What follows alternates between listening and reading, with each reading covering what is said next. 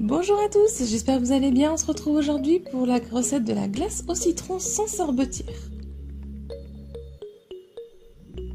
Il vous faudra 30 centilitres de crème liquide entière, un pot de lait concentré sucré qui fait 397 g et 5 citrons. Je commence dans mon plat par venir y verser la crème liquide. Et au batteur électrique ou sinon au robot, je viens la monter en chantilly. Ferme, mais pas non plus très ferme.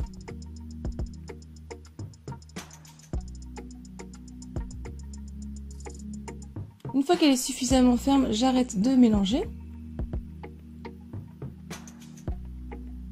Je viens prendre mes citrons et je vais venir donc récupérer le jus.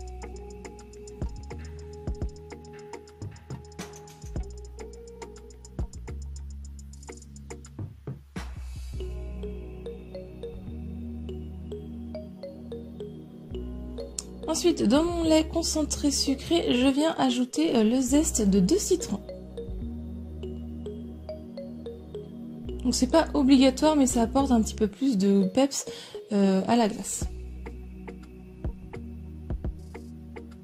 Je viens ensuite ajouter mon jus de citron dans mon lait concentré sucré et je mélange au fouet pour l'incorporer.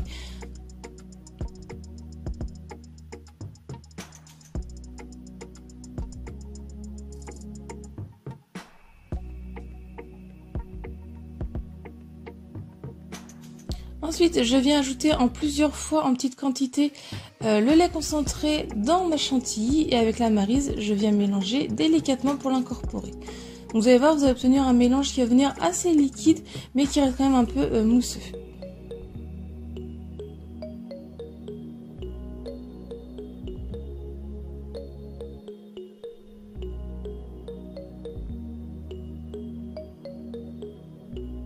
Une fois que vous avez tout mélangé, vous goûtez pour voir si elle a le bon goût de citron, sinon vous rajoutez un peu de jus ou de zeste.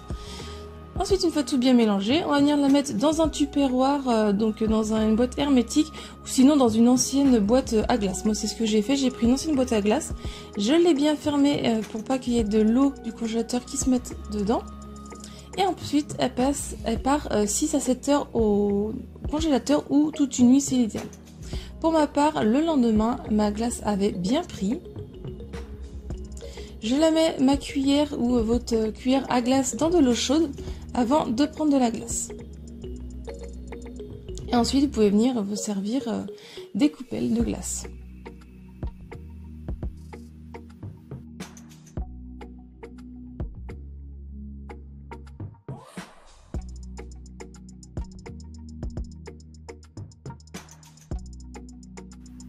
La recette est terminée, vous avez vu, c'est très facile à faire, très simple. J'espère que ça vous a plu. Si le cas, mettez un j'aime, laissez-moi un petit commentaire pour me dire ce que vous en avez pensé.